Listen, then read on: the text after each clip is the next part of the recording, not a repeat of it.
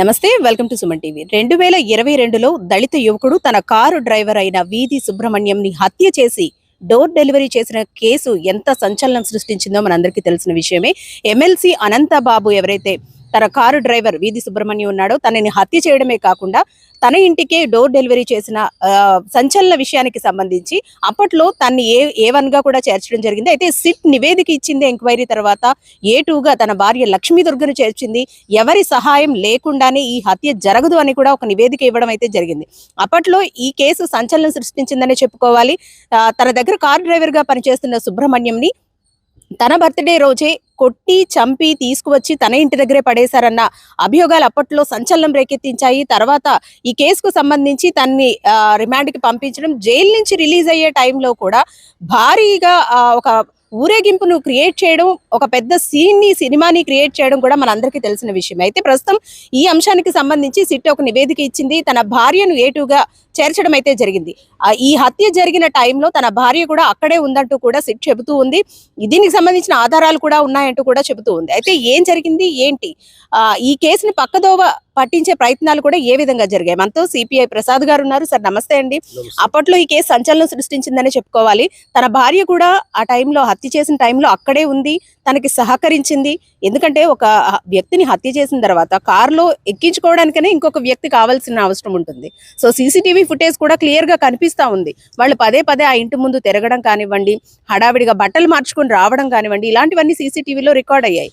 కానీ ఇప్పటి వరకు A2 గా అయితే ఆవిడ పేరు ఎక్కడా లేదు. ఇప్పుడు సిట్ నివేదిక తర్వాత A2 గా లక్ష్మీ దుర్గను కూడా చేర్చడం జరిగింది. ఏం చెప్తారు సార్? మేడం గారు, 2022 మేలో కాకినాడలో ఒక సంచలనం అనేది ఇది న్యూస్ కనబడింది. ఎందుకంటే ఒక డ్రైవర్ వీధి సుబ్రహ్మణ్యం గారిని అధికారంలో ఉన్న ఎమ్మెల్సీ అనంతబాబు గారు అతి ఘోరంగా కిరాతంగా చంపబడ్డాడు. ఏ వ్యక్తి అయినా సరే ఒక్కడే చంపాడని చెప్పేసి ఆ రోజు ఒప్పుకోవడంతో పోలీసు కూడా ఒక్కడే కదా అంటే మేమేం అడుగుతున్నాం అంటే పోలీసు యంత్రాంగం ఏమవుతా ఉంది? ఇవాళ పోలీసుల మీద ప్రజలకి విశ్వాసం కోల్పోయే పరిస్థితి కనబడతా ఉంది. ఎందుకంటే వాళ్ళ దైవంగా భావిస్తూ ఉంటారు. ఎందుకంటే రక్షణగా ఉండే పోలీసులు ఇవాళ రక్షణ లేకుండా తారుమారు చేస్తాం అంటే, ఒక వ్యక్తి కొట్టడం, చంపడం, ఒక కారు డిక్కీలో పడేయడం అంటే చెప్పేసినంత ఈజీ కాదు. ఇవాళ వరకు కూడా ఎందుకు విచారణ పూర్తిగా చేయలేకపోతా ఉన్నారు? ఫోన్ కాల్ రికార్డ్స్ ఎందుకు బయట పెట్టలేకపోతా ఉన్నారు? సీసీ ఫుటేజ్ ఎందుకు బయటలో పెడుతున్నారు? తనతో పాటుగా అనుచరులు చాలా మందే ఉండుంటారు, ఒక్కడి వల్ల సాధ్యం కాదన్నది ఆ రోజు భారత కమ్యూనిస్ట్ పార్టీ CPIగా కూడా మేము ఆందోళన చేయడం జరిగింది. ఎందుకని ఆ ఎమ్మెల్సీ అనంతబాబుతో పాటుగా ఇంకా అనుచరులు ఉన్నారు, ఆయనకి సెక్యూరిటీ గార్డు ఉన్నారు, వాళ్ళని కూడా విచారణ చేయాలని చెప్పేసి ఆ రోజు చెప్పాం, ఈరోజు కూడా చెప్తున్నాం. ఇంకా చాలామంది ఉన్నారు, వాళ్ళని విచారణ చేయాలి. ఇప్పటి వరకు నడిచిన కేసులో ఇవాళ సీట్లో వాళ్ళ భార్య ఎందుకు రావాల్సింది అంటే ఈవిడ కూడా ఉన్నది ఉంటుంది కదా. ఆ రోజు కూడా ఓ మహిళ కూడా ఉందనేది ఆ CC ఫుటేజ్లో కూడా ఆ రోజు వాళ్ళు అక్కడ ఉన్న నిజాలు కూడా బయటపడి, కానీ ఇదంతా కూడా దాస్తా ఉన్నారు. ఎందుకు దాస్తా ఉన్నారు అంటే ఏ ప్రభుత్వం ఉంటే ఆ ప్రభుత్వానికి వాళ్ళు పోలీసులుగా వ్యవహరిస్తూ ఉంటే మరి ప్రజల పరిస్థితి ఏంటి?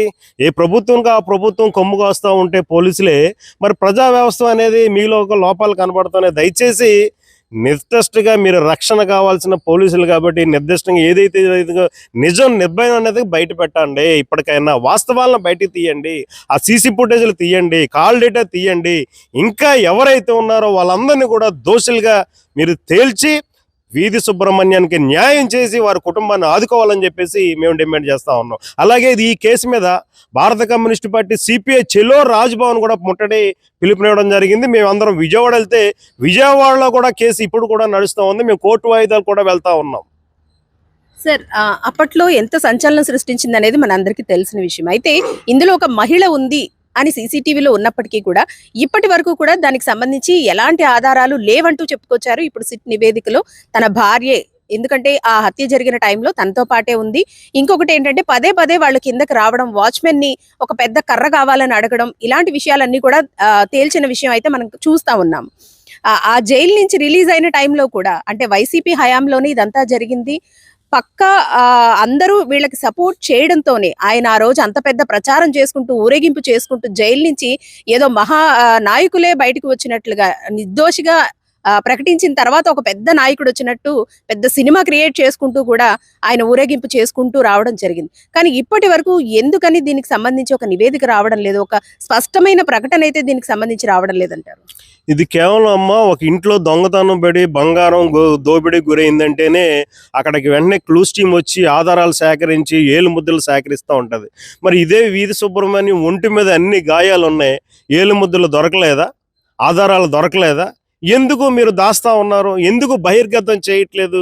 ఇవాళ నిజంగా ఒక దళితుడిని వీధి సుబ్రహ్మణ్యం డ్రైవర్ని చంపేసి అతను దర్జాగా కాలర్ వేసుకుంటూ ర్యాలీలు ప్రదర్శనలు చేసుకుంటూ ఏదో సాధించాం, ఈ దేశానికి స్వతంత్రం తెచ్చాం అన్న ఉద్దేశంగా ర్యాలీలు బహిరంగ సభలు పెట్టుకోవడం చాలా సిగ్గుగా ఉంది. ఇదైతే సరే ఒక దోషి అంటే నిర్దోషి ఏదైతే చంపేసానని ఒప్పుకున్న అతను, స్వయంగా అతను ఒప్పుకున్న అతను ఊరేగింపు చేస్తున్నాడంటే ప్రజల్ని మభ్యపెట్టి మాయ చేయడానికి చేస్తా ఉన్నారు. అతని మీద ఖచ్చితంగా శిక్ష తీసుకోవాలి. ఇంకా ఈ వీధి సుబ్రహ్మణ్యం హత్య కేసులో ఎవరైతే ఉన్నారో ఇంకా ప్రధానమైన నిందితులని చేర్చాలని చెప్పేసి మేము డిమాండ్ చేస్తా ఉన్నాం.